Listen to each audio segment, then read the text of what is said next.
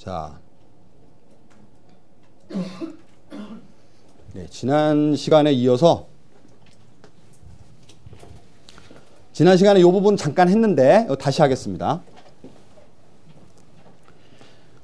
경영 전략이란 무엇인가? 전략이란 무엇인가에 대해서 지난 시간에 우리가 토론을 했어요. 아마 오늘 처음 온 학생들은 조금 그 부분을 놓쳤기 때문에 좀 문제가 있지만은 뭐 어쩔 수 없습니다. 근데 그 사실 1장 내용이 또 이거 많이 겹치기 때문에 1장 책을 잘 읽어보세요. 그러면 처음에 우리가 한 것은 전략이란 무엇인가에 대해서 이제 했고요. 이 경영 전략 이론이라는 게 우리가 왜 전략을 배워야 하는가에 대해서 이제 얘기를 하고 있는 거예요. 오리엔테이션이니까. 그런데 그것을 하기 위해서 경영 전략 이론이 어떠한 흐름으로 오늘날까지 이어져 왔는가에 대해서 지난 시간에 잠깐 이제 이야기를 하다가 말았는데 다시 한번 하겠습니다.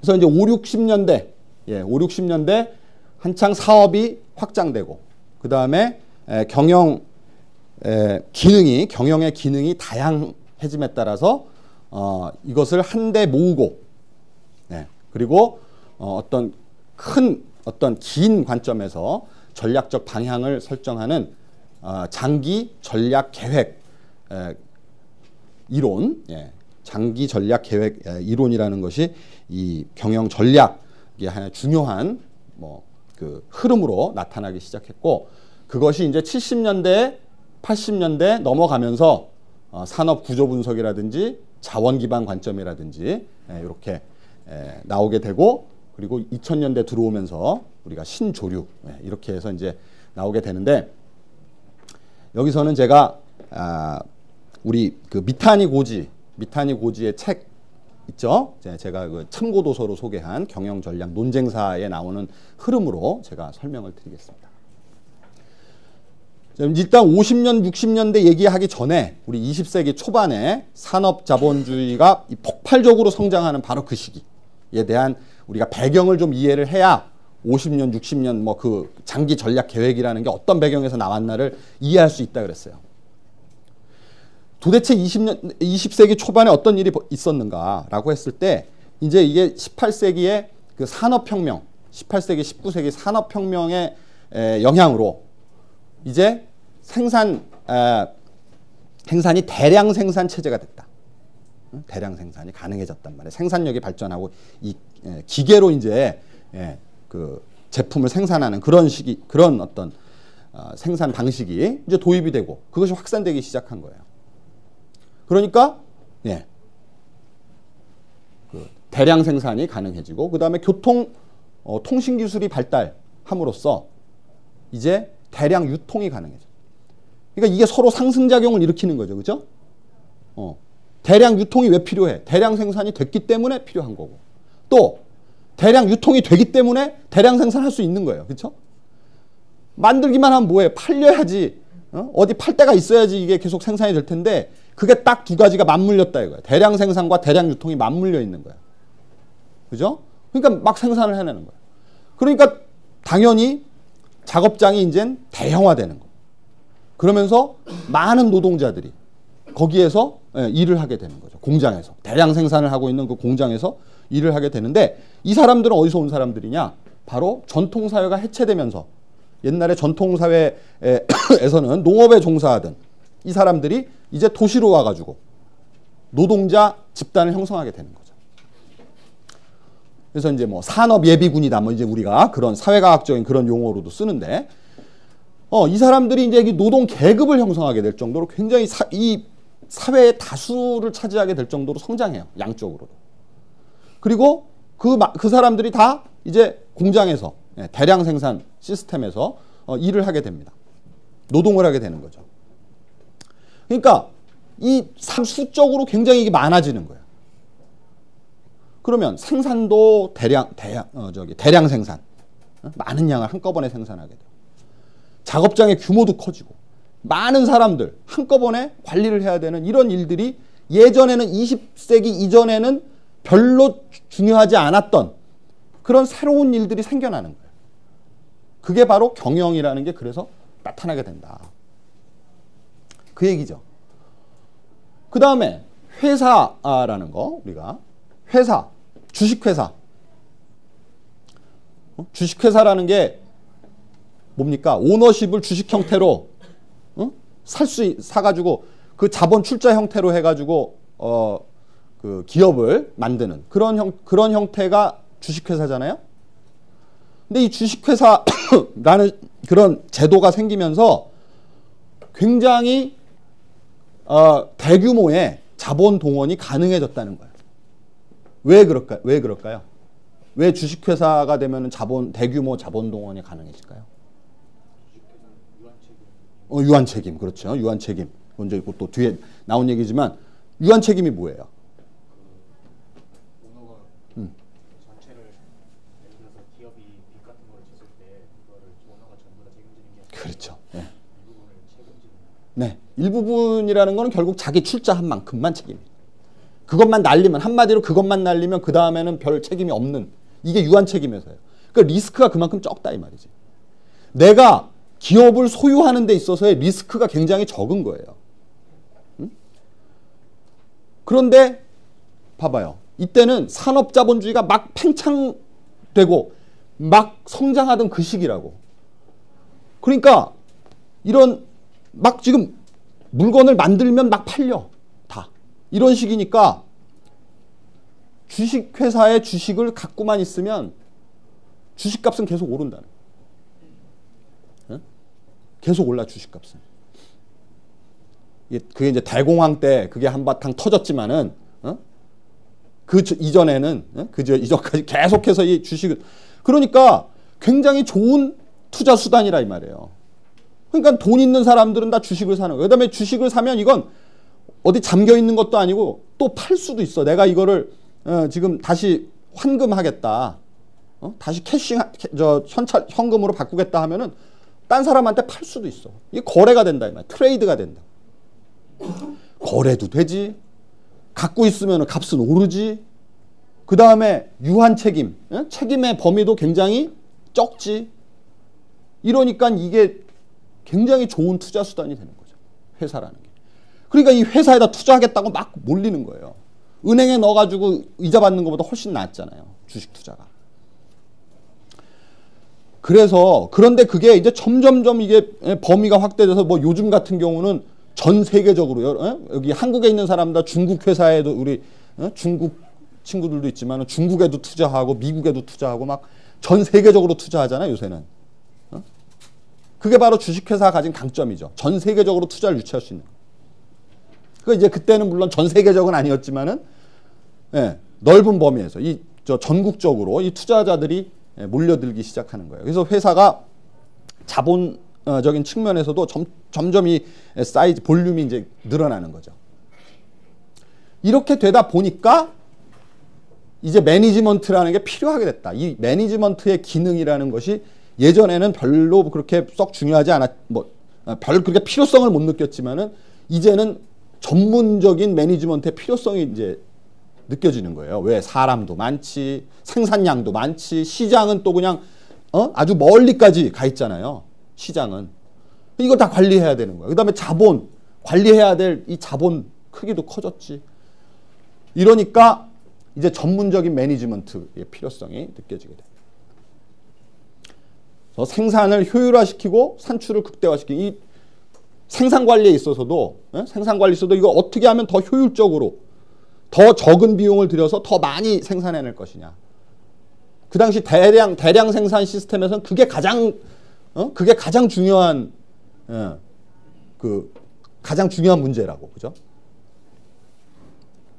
그때는 사실 뭐 어떻게 하면 뭐 고객을 만족시킬 것이냐 뭐 이런 것이 지금은 그게 참 중요하지만은 이 대량 생산 시기를 생각해 보라고. 그때는 만들면 팔린다. 만들면.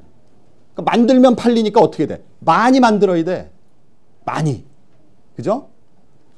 그러니까 많이 만드는데 자원은 한정돼 있고. 그러니까 어떻게 하면 우리가 한정된 자원을 가지고 최대의 산출을 낼 것이냐.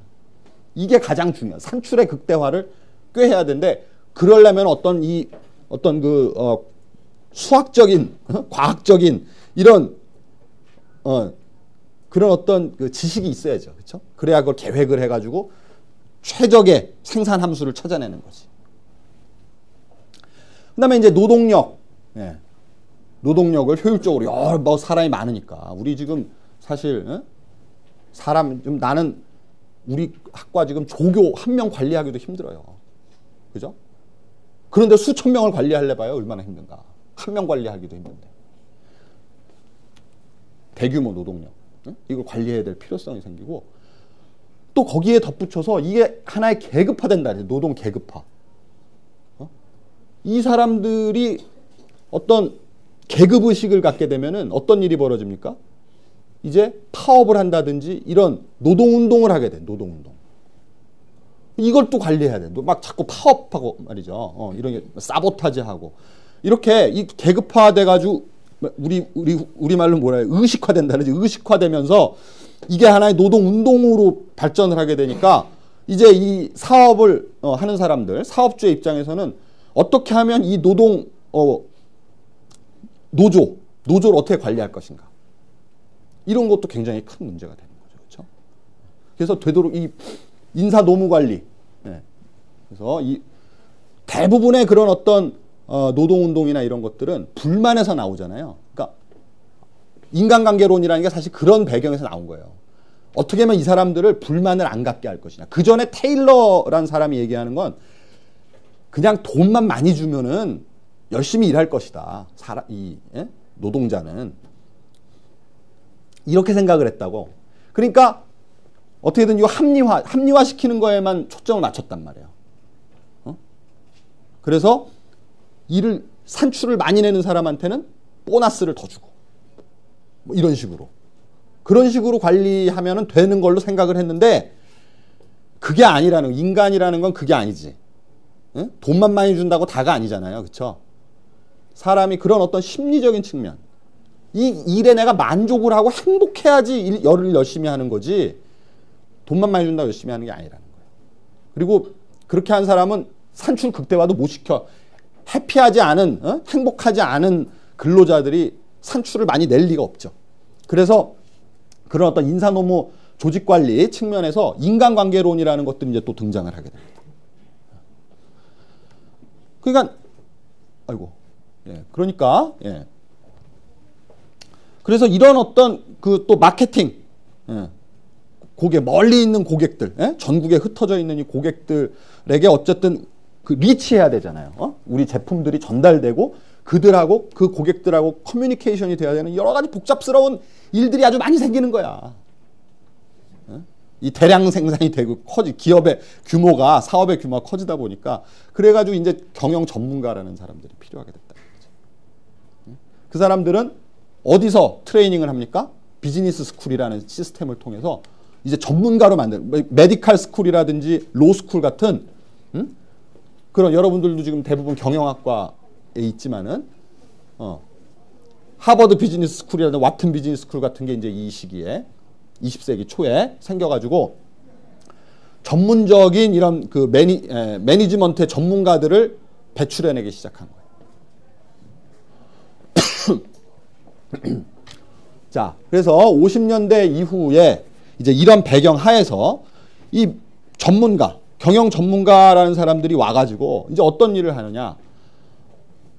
이 경영의 기능, 아까 말했던 그런 이제 복잡해지고 기능이 세분화된단 말이에요. 재무 기능, 뭐 인사 기능, 마케팅 기능 이런 식으로 세분화된 이런 기능들을 한데 모으는 역할. 또 그 분야에 대한 전문적인 또 책임도 지지만은 이런 기능들을 한데 모으는 역할. 이게 어떤 컨트롤 타워가 필요해지게 된다. 그 다음에 1930년대 이후에 이제 미국의 어떤 형태의 기업들이 나타나기 시작하냐면 다각화 기업이 나타나기 시작해요. 다각화라는 게 뭐죠? 다각화가 뭔지 한마디로 얘기하면 자신의 그 분야보다 다른 분야에 그렇죠. 네. 자신의 분야도 하고 여러 가지 자꾸 우리 흔히 문어발식 확장이라 그러지. 문어발처럼 이렇게 여러 가지 사업을 영위하고. 왜 여러 가지 할까요? 지금 말한 학생 이름이 뭐죠? 김정. 예, 정인 학생. 예. 왜 그렇게 해요? 보통 자기가 그 한 분야에서 더 이상 성장하지 못하거나 예. 약간 그럴 때 다른 분야에서 더 수익을 가지고 그렇죠. 예, 맞아요. 어느 정도 이제 성장을 하게 되면 이제 한계에 봉착하니까 기업이라는 건 계속 생존하기 위해서 또 새로운 사업을 만들어내고 환경의 변화에 맞는 또 그런 것도 있고 또 지금 당장은 이런 어떤 정체가 아니라고 할지라도 미래를 대비하는 거지. 그 다음에 또 하나는 지금 내가 어떤 사업을 해서 굉장히 성공적으로 잘하고 있어요. 그럼 뭐야? 예, 잉여 자원들이 생길 거 아니에요. 거기서 돈을 많이 벌 거 아니에요, 한마디로. 그럼 이 돈을 어떻게 해? 또 새로운 곳에 투자할 수 있고 또 지금 내가 기존에 영위했던 사업의 자원을 이용할 어떤 시너지 효과를 내가지고 지금 그 자원을 활용할 수 있는 분야를 찾아서 또 새로운 그런 사업에 진출하는 거예요. 자꾸 연관된 분야에. 그래서 우리가 다각화는 연관된 분야에 진출한 다각화가 있고 비관련 다각화가 있고 그렇죠? 그래서 관련 다각화, 비관련 다각화 이런 얘기를 하죠.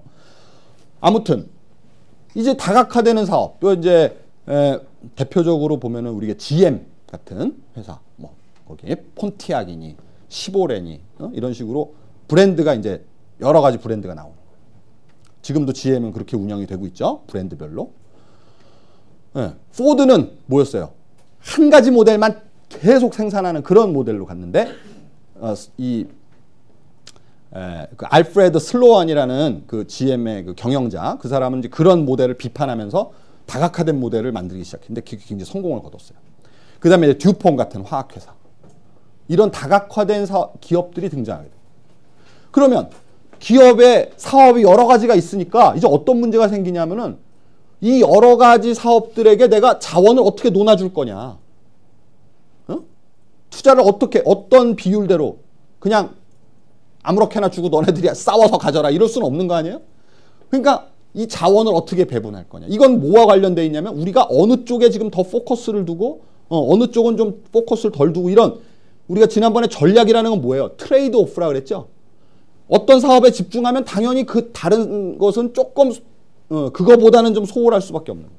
그러니까 자원을 어떻게 배분할 건가. 한정된 자원이기 때문에 이런 문제들이 생긴단 말이에요. 그러면은 자원을 어떻게 배분을 할 거냐는 문제는 어떻게 결정을 해야 되겠어요? 이게 과연 전망이 있는가? 이 사업이 이거는 전망은 있는데 한 20년쯤 가야지 전망이 있는 사업이고, 이 사업은 지금 조금만 투자하면은 막 이제 돈이 될 수 있는 이런 사업이다.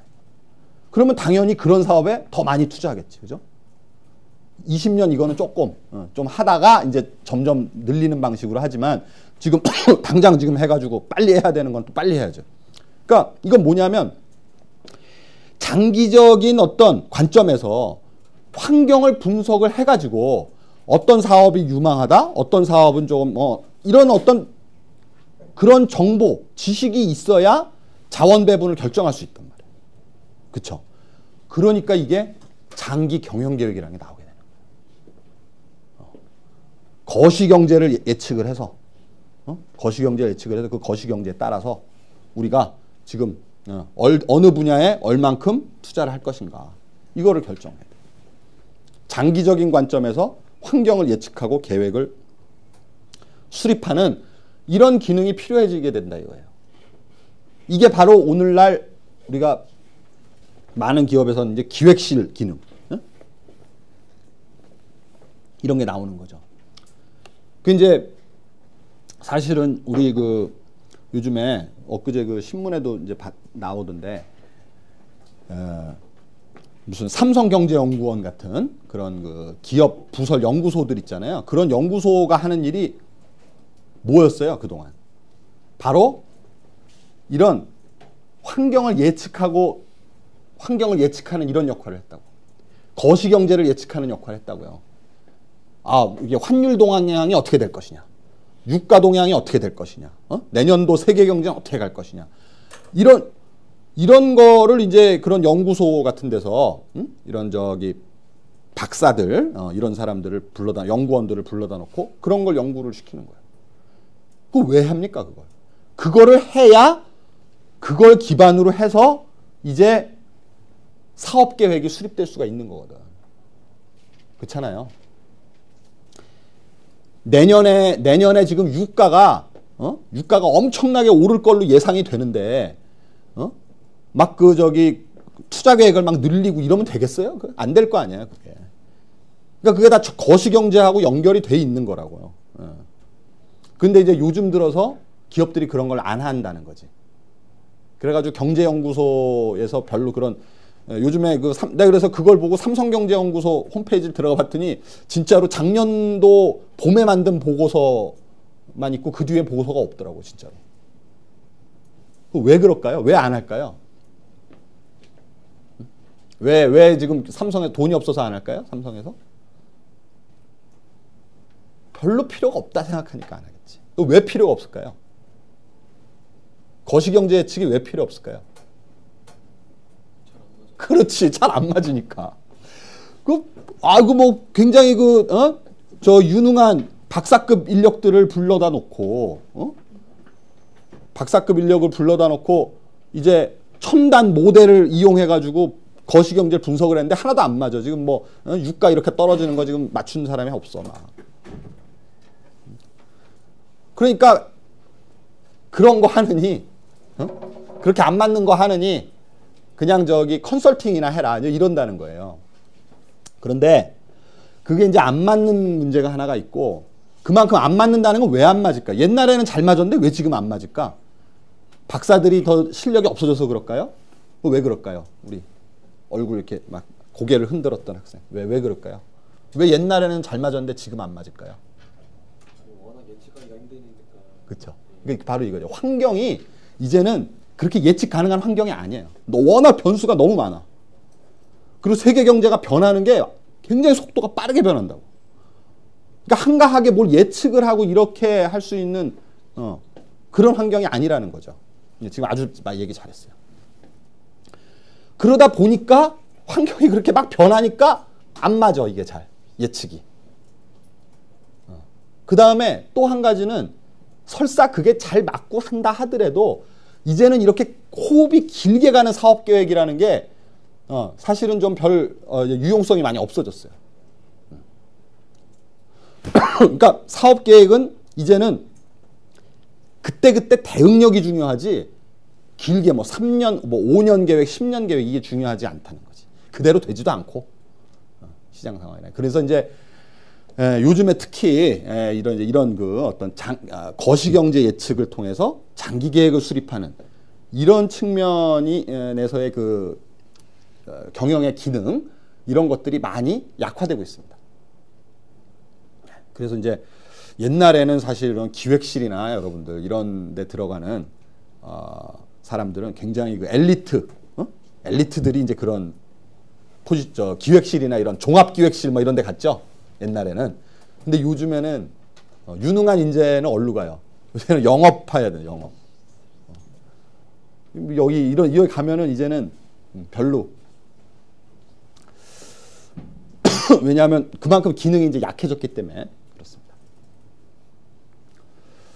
자, 이제 이런 큰 흐름이 있었는데 이제 이게 1970년대로 넘어가면서 마이클 포터라는 아주 탁월한 경영 전략 학자가 나오면서 산업 구조론이라는 게 등장하게 돼요. 근데 이제 이 산업 구조론이 등장하기 전에 이 장기 계획론이 이제 오일 쇼크를 겪으면서 이제 이런 계획이라든지 이런 오일 쇼크는 그건 예측을 못한 거였으니까 거기에 대한 비판이 이제 제기되면서 우리가 뭔가 이런 좀 다른 관점에서 전략이라는 걸 봐야 되지 않냐, 이런 어떤 반성들이 나오고 있던 차에 포터가 얘기하는 것이 뭐냐면은 경쟁을 봐야 된다, 이런 얘기를. 우리가 아까 장기 경영 계획론에서는 사실은 경쟁이 없어요. 그렇죠? 우리 내부적인 기능을 어떻게 하면 잘 이렇게 할 것이냐, 또 어떤 사업을 먼저 할 것이냐, 이런 거에 대한 생각을 주로 했는데, 마이클 포터는 뭐냐면 이게 경쟁이니까 경쟁을 봐야 된다는 거야. 경쟁을 통해서 구조를 분석하고 이 구조 분석을 통해서 우리가 어떠한 사업을 해야 될지를 결정해야 된다는 거지. 왜냐하면 경쟁 환경이 나한테 좋지 않은 그런 산업에 진출을 하게 되면은 구조적으로 이건 망하게 돼 있어. 그렇기 때문에 그걸 먼저 봐야 돼. 그걸. 어떤 운동장에서 우리가 게임을 할 건지를 봐야 된다는 거예요. 먼저.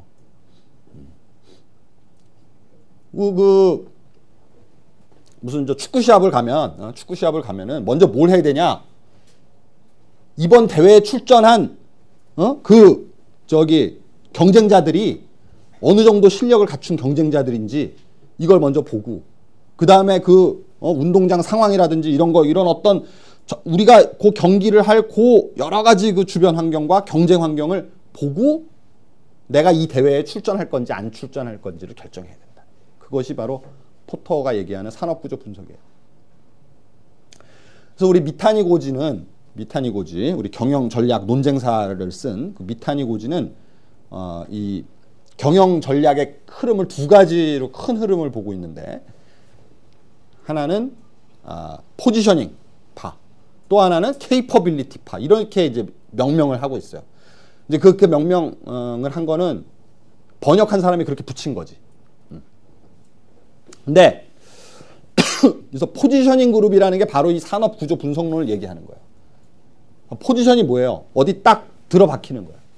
나의 위치를 찾아서 딱 들어박히는 거. 그게 포지셔닝이잖아요. 그게 중요하다. 내가 어느 자리를 차지할 수 있을 것인지를 보는 거. 그게 중요하다는 거예요. 그래서 산업의 특성을 이해하고 그 산업 내에서 적절한 위치를 찾는 것이 수익성에 가장 큰 영향을 미친다. 누울 자리를 보고 다리를 뻗어라 그러잖아요. 그 자리 확인 먼저 해야 된다는 거지. 그게 제일 중요하다. 이렇게 얘기하는 거죠. 그래서 이제 포터가 얘기하는 그 five forces 모델, 이 여러분들 다 경영학과 다니면서 한 번쯤은 다 들어봤을 만한 이런 모델인데, 이 외부 환경 분석에서 우리가 다룰 겁니다. 본격적으로 그 4장인가에서 다루게 될 거예요. 그러니까 여기서는 내가 설명은 안 하겠지만, 여하튼 이게 바로 그 마이클 포터가 얘기하는 경쟁 환경의 요소예요. 그러니까 그 5가지 요인을 가지고 경쟁 환경이 어떻다, 이걸 분석해서 이 사업을 해야 될 거냐 말아야 될 거냐 결정하잖아요. 그런데 포터의 한계, 이 마이클 포터, 이 굉장히 이 마이클 포터가 이제 그 당시에 처음, 이 사람은 원래 경제학을 한 사람이에요.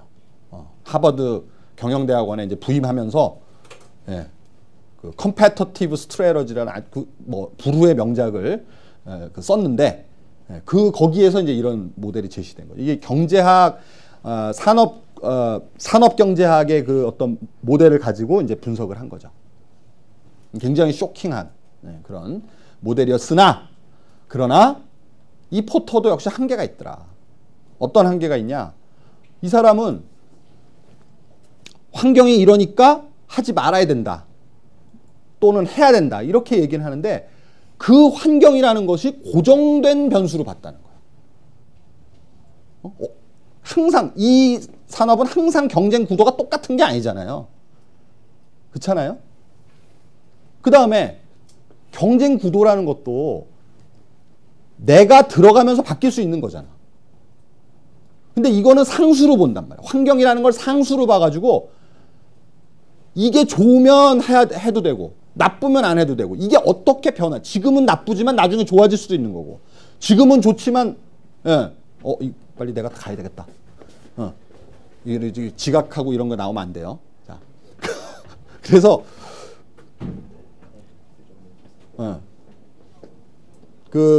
무슨 얘기하다가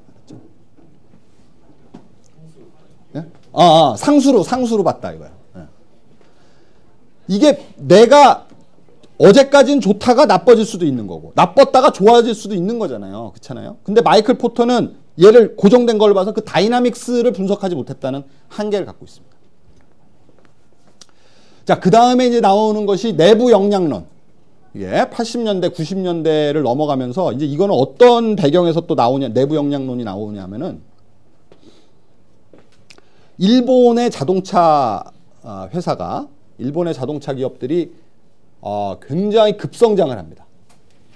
그러면서 미국에서 자동차 산업의 뭐랄까요? 메카? 자동차 산업의 본산지, 본산, 미국 기업, 미국에서 미국 기업들을 이기고 일본 자동차 기업들이 이제 더 높은 성과를 달성하는 거예요. 딴 것도 아니고 자동차 산업에 대해서는 미국이, 그 자동차는 우리가 미국에서 자동차 산업이 나오고 전 세계 자동차 산업을 이끌어간다고 생각을 하고 있던 미국 자동차 산업이 원자폭탄 맞아가지고 다 망하게 된 그 나라에 지게 됐단 말이에요. 불과 한 30년, 20년, 30년 만에 그런 일들이 벌어지게 된 거예요. 도요타와 혼다, 이런 일본 자동차 브랜드들이 미국에서 마켓시어를 1위를 하고 막 이런 일들이 벌어지니까 미국에선 충격을 받았죠. 그래서 여러분들 뭐 이제 책 교보문고 같은 데 가서 보면은 도요다의 성장 비결, 도요다의 비밀, 하여튼 도요다 책이 되게 많아요. 그죠? 왜 많을까요? 그거 이제 알아내려고. 이게 도대체 얘들이 왜, 어떻게, 이렇게 경쟁력을 갖게 됐는가. 미국 사람들이 굉장히 거기에 관심을 갖게 됩니다. 충격적이니까. 그죠? 배우자. 그래요. 도요다가 도대체 뭘 잘했길래, 이렇게. 그래가지고 보니까, 이제, 탐 피터스 같은 사람이 이제, 얘기하는 것은 뭐냐면, 탐 피터스가 물론 일본 자동차 기업을 직접적으로 얘기한 건 아니에요. 근데 뭐, 에드워드 데밍이라든지 이런 사람들이 얘기를 하는 것이 뭐냐면은, 이 어떤 기술, 하드웨어적인 측면, 장비, 이런 게 중요한 게 아니고, 뭐 그것도 중요하지만, 소프트 스킬을 강조해요. 소프트적인 측면, 문화, 그 다음에 어떤 일하는 방식, 마음가짐, 이런 거. 이게 그런 거예요. 가치, 문화, 프로세스, 이런 어떤 그런 소프트한 측면, 이런 것들이 점점 중요성들이 부각이 되면서 이제 그런 것이 이런 것들은 산업 구조 분석에서는 얘기할 수 없는 경쟁력이 원천이 되는 부분들이 있다는 거야. 내부에 뭐가 있다는 거지. 내부에 뭐가 있는데 하드한 요소들은 우리가 쉽게 눈에 보여요. 그죠? 그렇지만 소프트한 건 안 보여요. 리더십 뭐 이런 거. 그 다음에 그 어떤 리더와 종업원들 간의 끈끈한 어떤 신뢰관계 뭐 그런 거. 일본엔 그런 게 있다는 거야. 일본엔. 일본 사람들은 말이에요. 아침에 8시까지 출근을 하라고 그러면은 7시에 막 출근을 해갖고 청소를 하고 있다. 예를 들면. 미국 사람들은 8시 출근이면 8시 땡 할 때 오죠. 딱. 그때, 그 전까지는 절대로 안 와요. 딱 그때. 하고 5시가 되면 칼같이 착 가죠. 그래서 우리가 이제, 그런 정시 출근, 정시 퇴근, 이게 참, 뭐 어떻게 보면 그게 합리적인 거고 또, 뭐, 좋다고 볼 수도 있지만은, 일본 사람들은 그렇지가 않다는 거예요. 자진해서 일찍 와서 청소도 하고, 미리 일 시작하고, 또 늦게까지 하고. 왜 그래요, 그 사람들이? 바보라서 그런가요? 왜 그래요? 이 회사를 내 회사로 생각한단 말이에요. 내가 여기서 내가 남의 일 해주고 일해준 만큼 품삯 받는다 생각하는 게 아니라 이 회사가 내 회사다 생각하는 거예요. 그러니까 새벽부터 나와서 청소하는 거야. 그죠? 일본 애들은 그런 게 있다는 거지. 그건 왜 그러냐 그러면 보니까 일본은 한번 얘를 고용을 하면은 늙어가지고 정년퇴직할 때까지 절대 해고를 안 해. 그러니까 절대 해고를 안 하니까 한 회사에 30년, 40년씩 근무를 하는 거예요. 거기서. 그러다 보니까 당연히 한번 들어가면 아, 이제 여긴 내가 늙어서 내가 일을 못할 때까지 여길 다녀야 되는 회사구나 생각을 하니까 당연히 내 회사다라는 그런 생각이 생기지. 그쵸? 조금 하다 보면 야, 이제 너 필요 없어. 너 가. 이렇게 하게 되면은 그런 마음이 안 생기잖아요. 그쵸? 정내미가 떨어질 거 아니에요. 그게. 그럼 내가 여기다 왜 정부 치고 내가 왜 해야 되지? 그냥 나 있는 동안이나 월급이나 많이 받으면 되지. 이렇게 생각할 거라고. 그러니까 미국 사람들한테는 그런 정신이 생길 주인의식 이런 게 생길 수가 없죠. 근데 일본 사람들은 그런 주인의식 뭐 이런 게 생기는 게 문화, 마음가짐 뭐 이런 거예요. 이런 것이 하나의 역량이 된다. 그 기업의 역량이 되고 경쟁력이 된다는 거예요. 그래서 이제 그 일본의 도요다 같은 데가 뭐 그 유연 생산 방식이라든지 이런 여러 가지 그 뭐 또 뭐 즉시 대응 뭐 방식이라든지 이런 방식 여러 가지 그 시스템들을 도입해 가지고 실행을 해요. 근데 이제 미국 기업들이 그걸 보고 그걸 똑같이 따라 한다고요. 왜? 그 경쟁력 있는 일본 회사들이 그렇게 하니까 따라하는데 다 실패. 그러니까 그 시스템이 중요한 게 아니라 이 사람 마음 문화와 마음가짐 이런 게 중요한데 그걸 못했다는 거죠. 그러니까 아무튼 간에 그런 어떤 이 기업이 가진 하드한 측면과 소프트한 측면 하여튼 이 기업이 가진 어떤 역량 왜? 똑같은 자동차 사업이죠. 똑같은 산업에 들어가서 하는데 왜 미국 회사들은 죽을 쓰고 일본 회사들은 잘 되느냐. 이거는 산업 구조 분석 갖고는 할 수가 없잖아요. 그쵸? 똑같은 산업에 들어가 있는데 왜 여긴 잘 되고 여긴 안 돼요. 그렇잖아요. 그거는 뭔가 내부에 내가 갖고 있는 그 기업이 갖고 있는 역량의 문제지 구조의 문제가 아니라는 거예요. 그게 미타니고치가 얘기하는 capability 파라라는 게 그거예요. capability가 능력이잖아요. 능력. 그래가지고 이제 게리 하멜 같은 사람이 1980년대 후반에 이제 핵심 역량이다 이런 요즘도 많이 쓰는 용어죠, 그죠? 핵심 역량. 이 기업의 핵심 역량이 무엇이냐 이렇게 하잖아요. 그 핵심 역량이 중요해지는 거죠. 그래서 기업이 성공하는 데 있어서 가장 핵심적인 역할을 하는 어떠한 능력, 그걸 핵심 역량이다 이렇게 얘기해요. 그러면서도 그거는 나만 가진 능력이래야 돼. 그 핵심 역량이 되려면 너도 나도 다 갖고 있는 능력은 안 돼요. 나만 갖고 있는 독특한 거. 그러니까 그런 건 당연히 소프트한 거일 수밖에 없어. 거의. 하드한 건 다 베낄 수 있잖아요. 자, 이제 그래서 이렇게 두 그룹이 이제 큰 줄기를 형성하고 있는데 이제 민츠버그라는 사람이 헨리 민츠버그라는 사람이 이 사람 캐나다 맥길대의 그 전략 교수인데 이 양반이 이제 컨피규레이션이라는 걸 얘기합니다. 융합이라고 표현할 수 있겠는데 일단 장기 전략 계획은 예측이 안 돼요. 그거는 예측성이 떨어져. 전략이라는 건 그렇게 장기로 세우는 게 아니라고 그래요. 이 사람은.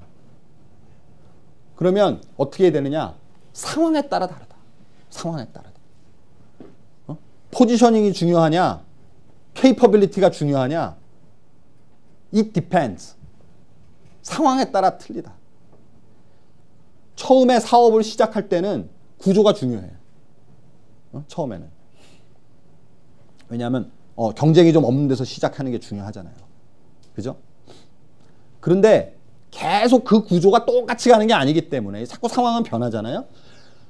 어느 정도 이 사업이 궤도에 올라가면 그 다음에는 케이퍼빌리티가 중요해진다.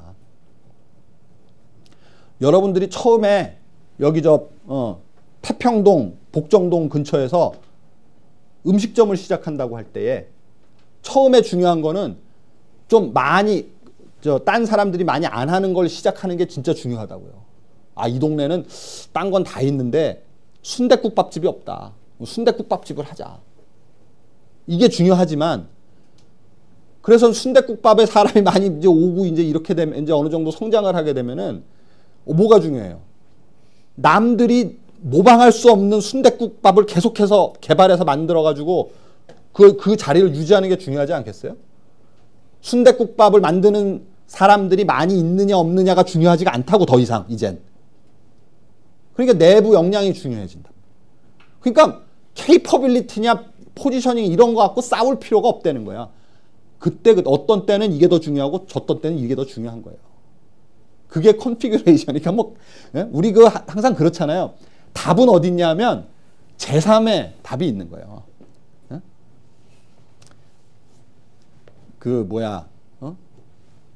어떤 우리가 심야 토론 같은 데 보면은 두 가지 상반된 입장을 가지고 뭐 좌파와 우파, 야당과 여당 싸우잖아요. 그런데 사실은 답은 어디 있느냐? 그 두 가지 중에서 좋은 것들을 모은 데 답이 있는 거잖아요. 근데 우리 사회는 너무 이기려고 그래. 내가 상대를 제압해야 된다는 생각만 해. 그렇게 해갖고는 답이 없어요. 왜? 그 제압을 당하지질 않아. 그 사람들도. 그 사람들도 여기 이기려고. 그래서 서로 싸우기만 하는 거예요. 그래서 오늘날 우리 사회에 그런 게 문제잖아요. 극단적으로 극단으로 나뉘어가지고 갈등, 싸움 이런 것만 하게 돼. 근데 사실은 이게 사실 정답 같아. 내가 볼 때도. 그게 합해져야 된다. 다 들을 말이 있는 거다. 들은 말. 자, 그다음에 이제 우리 이 미타니 고지 책에 소개되고 있는 인물을 좀 더 소개하면 킴 앤드 마보안이라는 사람이 있어요. 이 킴은 여기도 보시면 알겠지만 이게 한국 사람이에요. 이 양반이. 김희찬이라는 한국계 교수인데 이 둘 다 이제 프랑스의 인시아드 경영대학원의 전략 교수인데 이 사람들이 블루오션 전략이라는 것을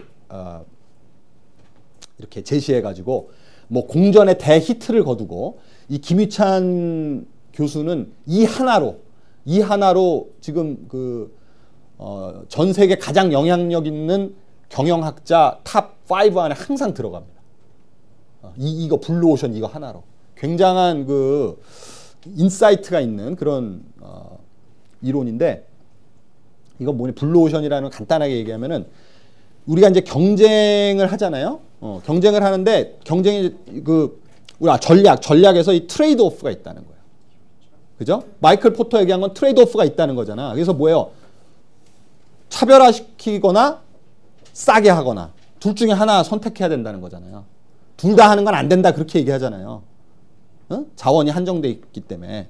그런데 이 블루오션은 말이죠. 그렇게 할 수 있다는 거야. 차별화된 가치를 싼 가격에 로우 코스트로 제공할 수 있다. 이렇게 얘기하는 거야. 그거 어떻게 가능합니까? 했더니 야 생각해봐라. 우리가 차별화시킨 가치라고 해가지고 제공하는 것 중에 솔직히 별 필요 없는 것도 많다는 거예요. 고객들이 별로 원하지 않는 거를 제공한답시고 하는 게 많다는 거야. 예를 들면은 핸드폰에 말이야. 핸드폰 하면 뭐 여러 가지 별 기능이 많잖아요. 그런데 사실은 그 중에 안 쓰는 것도 많지. 그러니까 그 안 쓰는 거를 제공한답시고 돈을 거기다 쓰면은 그게 낭비라는 거예요. 그러니까 그걸 안 하고 정말 고객들이 원하는 거에다 더 돈을 써. 그러면은 쓸데없는 걸 안 하니까 코스트가 다운되죠. 그죠? 쓸데없는 걸 안 만드니까. 그러면서도 고객들이 더 좋은 거를 제공하니까 차별화된 가치는 더 커져. 그러니까 이게 되네. 비용 우위와 차별화 동시 실현이 가능한 거예요. 그리고 그거는 중요한 게 자기가 새롭고 개발한 영역이 돼, 그게. 왜냐하면 기존에 경쟁하던 것들을 일부 하지 않고 내가 거기다 애드해서 가기 때문에 새로운 경쟁 영역을 창출하는 거예요. 그게 블루오션이에요. 푸른 바다예요. 레드오션은 피 터지게 싸우는 바다예요. 그건 거기 들어가 봐야 거기는 별로 수익성만 안 좋아져. 거기 들어가야. 근데 블루오션은 나 혼자만 있어요. 그러니까 거기서 다 내가 먹을 수 있어. 경쟁도 안 하고. 이거랑 비슷하게 요즘에 얘기하고 다니는 사람이 있는데 그 사람이 여러분 지난주에 이거 보니까 이게 나왔더라고요. 이 사람이 누구죠? 피터 틸이에요. 피터 틸. 이 사람이 지금 조선일보의 위클리 비즈에도 나왔는데 KBS TV에도 토요일 날 나와가지고 저 토크쇼에 나왔더라고요. 본 사람. 피터 틸 나오는 거 본 사람. 여기 경영학과 사람들이 이런 데 관심을 가져야죠. KBS에 나왔어요. 제 생각에는 이제 책 홍보하러 온 것 같아, 한국에. 요즘에 제로 투 원이라는 베스트셀러를 썼죠, 이 사람이. 그래가지고 여기 지금 조선일보에도 이렇게 여기서 일자처럼 이렇게 딱 썼잖아요. 이게 이제 제로 투 원의 그 얘기를 하는 거예요. 그 제로 투 원의 그 핵심적인 얘기가 이제 여러분들 저거 읽어보시면 알겠지만은 경쟁하지 말아야. 경쟁하지 마라. 경쟁하지 않으면 어떻게 되냐? 독점이 되어라. 이렇게 얘기하는. 그러니까 블루오션이랑 비슷한 그런 아이디어죠. 그죠? 너 혼자 유일한 하나의 기업이 되라. 그 시장에. 그러려면 어떻게 해야 돼요? 이제 김희찬 이 교수 같은 경우는 아까 얘기한 대로 필요 없는 거 없애면서 필요한 걸 이렇게 주는 방식으로 이렇게 얘기를 했다면 이 사람은 혁신이야, 혁신. 새롭게 전혀 생각지 못하던 걸 하는 거예요. 그러면 그게 시장이 된다는 거야. 그거 누가 뭐 단적으로 보여줘. 스티브 잡스 같은 사람이 이거 보여주지 않냐. 이 전화기로 지금 5만 가지 일을 다 하는데 이런 전화기를 생각도 못 했잖아요. 그렇죠? 이런 거를 이게 뭐 무슨 뭘 더 하고 뺀 게 아니야. 그냥 완전 새로운 걸 하나 딱 제시한 거지. 이렇게 되면 시장에서 올리원이 된다. 이런 걸 계속해서 만들어야 된다. 이 기업들은. 그래서 무에서 0에서 1을 창조해라. 이렇게 얘기합니다. 그 아이디어랑 비슷한 아이디어. 한번 저 제로 투 원은 저는 아직 읽지 못했는데 여러분도 한번 사서 보세요. 요즘에 아주 제일 많이 팔리는 책이에요. 그 다음에 캐플란 앤드 노턴 이 사람도 이제 소개가 되고 있는데 이 사람들은 우리가 실적 관리를 할 때에 재무적인 실적만을 가지고 어떤 기업을 평가했다 이 말이에요. 이 기업이 잘 되는 기업인지 못 되는 기업인지 이걸 평가할 때 재무실적 갖고 평가하는데 재무실적의 한계는 뭐냐? 이게 과거의 자료예요. 과거. 손익계산서는 뭐야? 작년 12월 31일 현재 손익계산서잖아. 그죠? 그런데 투자자들이 정말 중요한 건 뭐냐면 옛날에 돈 많이 벌었냐가 중요한 게 아니라 앞으로 돈을 많이 벌 거냐가 중요한 거 아니에요? 안 그래요? 그런 가정이 있겠지. 작년에 잘 벌었으니까 올해도 잘 벌겠지. 그런 가정이 있는 거지. 그런 가정이 맞지 않는다. 이제. 그렇잖아요. 작년에 어떤 우연히 말이죠. 경기가 좋아가지고 그럴 수도 있고. 그 다음에 그 시장이 그 기업이 있는 시장이 말이에요. 이제 완전히 이 천정을 찍었어. 이제 고점을 찍었다 이 말이야. 그러니까 지금은 장사 잘 되는 것처럼 보이지만 이제는 앞으로 성장 모멘텀이 없는 거야. 이젠 내려갈 일만 있는 거지. 그렇다면 어쩔 거예요? 이게 작년에까지는 장사 잘 됐지만 내년 돼서 이게 이 산업이 망할 수도 있는 거 아니야. 그걸 어떻게 그 재무 정보만 가지고 어떻게 알아요? 그러니까 캐플란과 노턴이라는 사람들이 그것만 갖고 하면 안 된다. 좀 더 넓게 보자. 홀리스틱한 그런 그 관점에서 봐야 된다. 고객, 그다음 프로세스, 잠재력 이거 같이 봐야 된다. 이렇게. 이게 말이죠. 우리 여기 우리 학생들 이제 4학년들이니까 앞으로 배우자를 선택하거나 이럴 때도 밸런스드 스코어 카드의 관점을 가지란 말이야. 재무적인 것만 보지 말고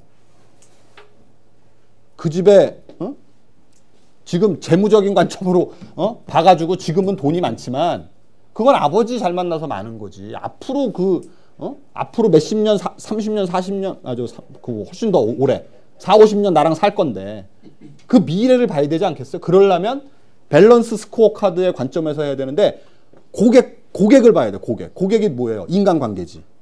그 사람의 인간관계를 보라고. 친구가 얼마나 있나. 친구가 별로 이 사람은 돈은 많은데 친구가 별로 없어. 이건 좀 문제 있는 사람이야. 그 사람은. 뭔가가 문제가 있죠. 그죠? 그러니까 고객들이 그 사람을 어떻게 평가하는가. 그 다음에 프로세스는 뭐겠어요? 내부 프로세스. 어떻게 사는가? 그 사는 방식을 보라고. 어떻게 하루의 일과가 어떻게 되는지. 밤새도록 만화책 보고 아침 10시, 11시까지 자는 사람인지 아니면 어떻게 사는 사람인지 이걸 보란 말이에요. 그 다음에 잠재성. 잠재성을 어떻게 평가할까요? 뭐 혹시 아이디어 있어요? 그 어떤 사람의 잠재성을 어떻게 평가해요? 직업의 일관성? 유망성? 그 학생인데 어떻게 직업의 유망성을 어떻게? 꿈이나 계획 이런 게 뚜렷하게 돼 있는가? 그것도 좋은 얘기예요. 그 다음에 라이프 스타일은 아까 내가 이제 프로세스 얘기했으니까 뭐 그것도 잠재성의 일부가 될 수 있겠지만, 예. 그 사람이 경험을 하는 것들 보고. 그렇죠. 경험, 그 사람의 경험이 얼마나 풍부한 경험을 했는가? 그 다음에 얼마나 자기 개발에 노력하고 있는가? 그게 잠재성이잖아, 그렇죠? 내가 앞으로 미래를 위해서 얼마나 지금 내가 투자를 하고 있는가 이걸 봐야 된다고. 지금 얼마나 돈 많아서 돈 잘 쓰느냐 이거보다도 이런 걸 종합적으로 보는 밸런스 스코어 카드의 관점으로 우리가 사람을 사귈 때라든지 배우자를 선택할 때도 활용을 하시란 말이에요. 자, 이제 이러다가 90년대로 넘어갔어요. 90년대로 넘어가면서 그 완전히 새로운 비즈니스의 그 하나의 그 패러다임이 바뀌는 그런 일들이 벌어지는데 바로 이제 인터넷 그리고 글로벌리제이션, 세계화 그리고 뭐 테러리즘이라든지 또는 이 그 세계적인 빈곤 문제라든지 내전이라든지 이런 일들이 이제 벌어지고 있게 된다. 환경 문제 이런 새로운 패러다임들이 이제 등장하게 돼요. 그 전에 산업사회 패러다임은 뭐냐면은 그냥 돈 많이 벌는 이게 중요했어요. 경제적인 것만 중요했는데 이제 여러 가지 이슈가 굉장히 다양해지면서 그 이슈가 이제 세계화돼요. 중동의 테러가 일어나는 게 사실은 우리하고 별 상관이 없는 일이었다고요. 그런데 이제 어떻게 됩니까? 테러 단체가 이제 대한민국의 고등학생을 꼬드겨가지고 막 거기 반미 저기 성전에 전사로다가 막 지금 스카우트해가는 그런 세상이 됐어요. 그죠? 그러니까 이제 이런 모든 이슈들이 다 세계화돼. 영역이 넓어진다. 그러다 보니까 이러한 어떤 배경하에서 이런 화두들이 등장합니다. 혁신, 아까 피터 థ일의 얘기도 나왔지만 혁신을 굉장히 많이 강조합니다. 그 다음에 앙트레프레니어십, 도전정신, 그죠? 사업가적 정신이라고 얘기하는데 이건 뭐냐면 우리가 이제 현실에 안주하는 이런 내가 이제 난 됐다 이제 이렇게 안주하는 그 순간 망하는 거야. 그러니까는 삼성 같은 큰 기업들도 계속 위기감을 계속 주는 거예요. 그거 뭐 진짜 당장 먹고 굶어 죽을 것 같아서 그러는 게 아니죠. 그 사람들이. 거기가 뭐가 아쉬워서 계속 밤새고 핸드폰 만들어서 계속 막 갖다 이렇게 막 보이고 막 왜 그러겠어요. 이게 사업 안트레프레니어십이 없어지면은 이제 망하는 거예요. 계속 그런 마인드를 가지고. 그 대기업들이 사실 제일 부족한 게 이런 거잖아요. 배가 부르니까. 그리고 우린 잘해왔으니까 지금까지. 굳이 뭘 새로운 걸 하고 뭐 이런 그런 게 굉장히 부족한데 이걸 계속해서 가져야 된다 앞으로는. 세상이 급변하기 때문에. 그 다음에 마지막으로 이 윤리경영과 사회적 책임도 굉장히 중요합니다. 이제 사회에서 기업에 요구하는 게 돈만 많이 벌어라 이게 아니에요. 요구하기 시작한다고. 자, 이 기업이 이만큼 성장하게 된 데는 이 사회적인 서포트가 있었기 때문에 그런 거라고. 그렇지 않아요? 솔직히 사업이 성공하게 된 게 그 기업이 잘했기 때문 오직 그 이유만으로 잘 됐을까? 그게 아니란 말이야. 고객들이 물건을 사줬기 때문에. 그 다음에 또 정부에서 그 사업을 할 수 있는 어떤 인프라를 제공해 줬기 때문에 그런 거 아니겠어요? 그 다음에 거기 일하는 종업원들이 또 헌신적으로 일을 했기 때문에 여러 가지 그렇게 빚을 지고 있다고 기업들이. 그런 것에 대한 보답을 이제는 합당한 보답을 하라는 거지.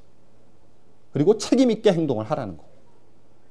사회 구성. 굉장히 이제 또 오늘날 기업이 차지하는 비중이 점점 커지기 때문에 어떻게 보면 더 책임이 더 크다고 볼 수 있어요. 기업에게 요구되는 책임이. 자, 이제 이렇게 해서 요게 이제 그 우리 미타니 고지 책에 있는 경영 전략 이론의 흐름인데, 이제 1900년대 초반 테일러나 이런 그 페이얼, 뭐 포드, 슬로안 이렇게 아까 얘기한 그런 사람들이 뭐냐면 이렇게 산을 만들었다는 거예요. 이 산이 뭐냐면 비즈니스의 성공이라는 사과가 이 위에 이렇게 있는데 그 사과가 저 위에 있어요. 그래서 그거를 이제 따라가기 위해서 이렇게 산을 만들어 놨어. 근데 문제는 이걸 어떻게 여기로 올라갈 거냐. 이게 중요한데 요게 여기 포지셔닝파는 지름길을 빨리 발견하자. 지름길을 발견하면 빨리 거기 올라갈 수 있다. 이런 생각이었다면 케이퍼빌리티파는 지름길이 중요한 게 아니라 내가 얼마나 올라갈 수 있는 능력을 가졌는가. 그래서 내가 암벽 등반 이런 것도, 그다음에 이런 무슨 뭐야 장갑차를 타고 올라가면 길이 없어도 올라갈 수 있죠. 그랬더니 컨피규레이션파, 그 민츠버거 같은 사람은 컨피규레이션파는 그 지름길을 장갑차 타고 올라가면 되지 않냐. 그죠? 그렇게 얘기하는 거예요. 이걸 결합해가지고. 그랬는데 오늘날 이 새로운 이노베이션의 시대에서는 전혀 옛날엔 생각지도 못했던, 예를 들면 로켓을 타고 뭐 올라간다든지 이렇게 전혀 옛날에는 생각지도 못했던 그런 방법을 통해서 일로 올라. 이런 산을 거치지 않고, 여긴 다 지금 뭐예요? 이 산, 옛날에 이 테일러나 이런 사람들이 만들어 놓은 산을 통해서 올라가려고 그랬는데, 이제 새로운 그 이노베이션에서는 그 산을 더 이상 이용하지 않고 뭐 로켓을 탄다든지 이런 다른 방법을 통해서 간다는 거예요. 자, 그 다음. 자, 이게 이제 전략이라는 게 무엇인가, 또 전략이라는 게 경영 전략이 어떤 흐름을 통해서 발전해 왔는가를 봤는데, 자, 우리가 이제 공부하게 될 기업 전략, 경영 전략은 이 단계가 있어요. 단계. 그래서 기업 수준의 단계가 있고, 그 다음에 사업 수준, 그리고 기능별, 이렇게 세 가지 단계로 나눌 수가 있습니다. 제가 요거 오리엔테이션 강의를 마치고 쉬는 시간은 15분 드릴게요. 제가 이 수업은 이거 지금 촬영을 해야 되기 때문에 이걸 맞춰야 돼. 좀 양해를 해주세요. 자, 그래서 기업 수준에서는 뭐냐? 어디에서 경쟁할 거냐? 이걸 정하는 거예요. 그래서 집중할 것이냐, 다각화할 것이냐, 또는 아웃소싱 할 것이냐, 수직 계열화할 것이냐, 이런 걸 결정하는 게 기업 수준에서 결정하는 거예요. 어디서 경쟁할 거냐. 그러면 사업 전략은 뭐냐? 그렇게 해서 어떤 사업을 할 건지가 결정이 됐어요. 그러면 그 다음에 내가 이 사업을 그럼 내가 해야 되는데, 이 사업을 어떻게 해서 경쟁 우위를 가질 것이냐. 이게 바로 사업 전략. 그리고 기능 전략은 그 밑에 뭐 각 기능 있죠. 우리 경영의 기능, 마케팅이니 무슨 재무니 이런 기능들 있잖아요. 그래서 제가 얘기하는 게 그건 뭐냐면 어떻게 요거를 실행할 것이냐, 이런 전략을, 여기에 대한 얘기예요. 그러니까 지금 사실 여러분들이 경영학과에서 배운 게 다 요거 배운 거예요. 요 기능별 전략, 마케팅론 배우고 무슨 인사관리론 배우고 뭐 배운 게 요거 배운 거거든요. 그러니까 내 말이 2학년 필수로 이걸 배워야 된다 이거예요. 그게 이걸 이해를 해야 기능별 전략이 이해가 되지 않겠어요? 이 전략의 큰 그림을 봐야지 기능별 전략이 이해가 되는 거예요. 그걸 안 하고 이것만 하면은 그건 기술적으로 배우는 거죠. 그렇죠? 좀 더 전략적인 어떤 마인드를 가지고 배우려면 제 생각에는 경영 전략 과목이 2학년이나 3학년에 전공 필수가 돼야 된다. 이렇게 지금 주장을 하는 거지. 자.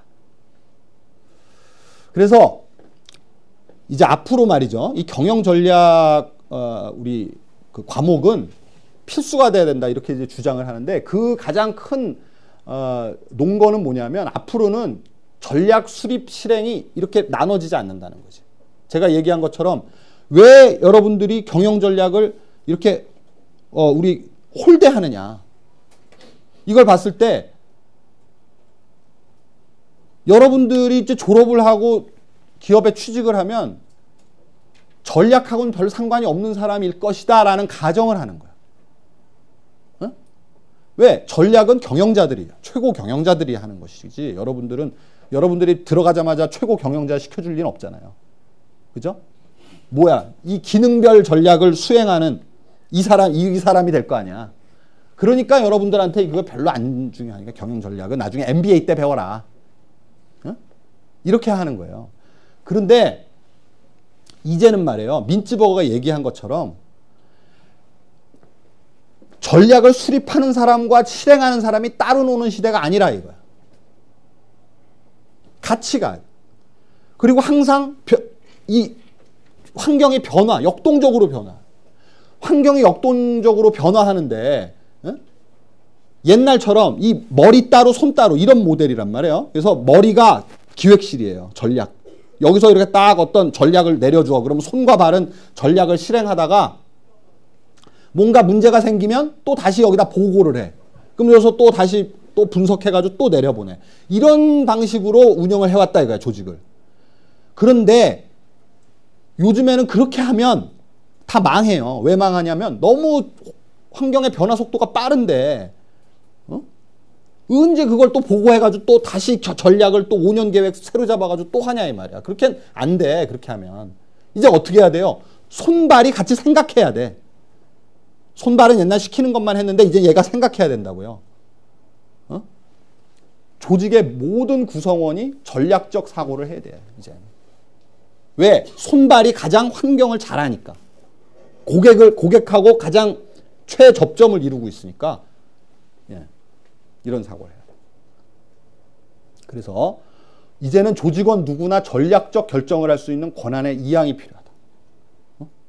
그러니까 조직의 말단들도 전략적 사고를 할 수 있는 이 전략적 마인드를 갖고 있어야지 권한 이양을 했을 때 제대로 하지. 전략적 마인드가 없는데 지금 세상이 그러니까 전략적인 사고를 하라 그러면 안 될 거 아니에요. 그렇죠? 그래 안 그래요? 그렇죠? 그러니까 누구나 경영 전략 배워야 된단 말이에요. 결론은. 오리엔테이션의 결론은 뭐냐면 그러니까 전략은 이제 저기 무슨 빌딩 높은데 무슨 임원실에 앉아가지고 그 사람들이 이렇게 말장난하는 그게 아니에요. 이제는. 누구나 다 조직 구성원이면 누구나 다 전략적 사고를 해야 되고 권한들이 전략적 사고를 할 수 있는 권한들이 또 결정을 할 수 있는 권한들이 이양돼야 된다. 그래야 오늘날 이렇게 급변하는 경영 환경에서 살아남는 강한 조직이 될 수 있다. 바로 그거죠. 그래서 여러분들이 왜 지금까지 내가 좀 지난주부터 이렇게 왜 장황하게 얘기를 했냐? 이 얘기를 하고 싶어서 경영 전략을 배워야 된다. 그 다음에 요즘에 많은 사람들이 이런 얘기를 합니다. 요즘에 대학 경영학과 졸업하고 나와도 당장 써먹을 수가 없다. 이런 얘기를 해. 나는 굉장히 반지성적인 발언이라고 생각합니다. 대학을 나는 굉장히 우습게 보는 발언이라고 생각합니다. 대학이란 데가 지금 당장 써먹을 거면 무슨 뭐 해야 돼? 복사하는 걸 가르쳐야 되나요? 복사하고 나사 만드는 거 가르쳐야 되나? 대학에서? 그게 당장 써먹을 수 있는 거 아니에요? 지금 데려가면은. 대학은 그런 거 가르치는 데가 아니지. 그렇잖아요? 이런 걸 해. 전략적인 사고. 공고 나온 사람들은 얻을 수 없는 이런 차원 높은 이런 전략적 사고를 할 수 있는 그런 사람을 만들어서 이 사람이 앞으로 무슨 일을 하든 뭘 시키든 어떤 일을 하든 이런 전략적인 사고를 머릿속에 딱 체화시킨 그런 인재를 만드는 것이 대학에서 할 일이지 무슨 당장 써먹을 걸 한다고 대학 교육이 잘못됐다고 그러고 있어. 난 그 사람 말대로 하는 게 잘못된 거예요. 내 생각에. 아셨죠? 경영 전략 굉장히 중요한 과목이에요. 15분 쉬겠습니다.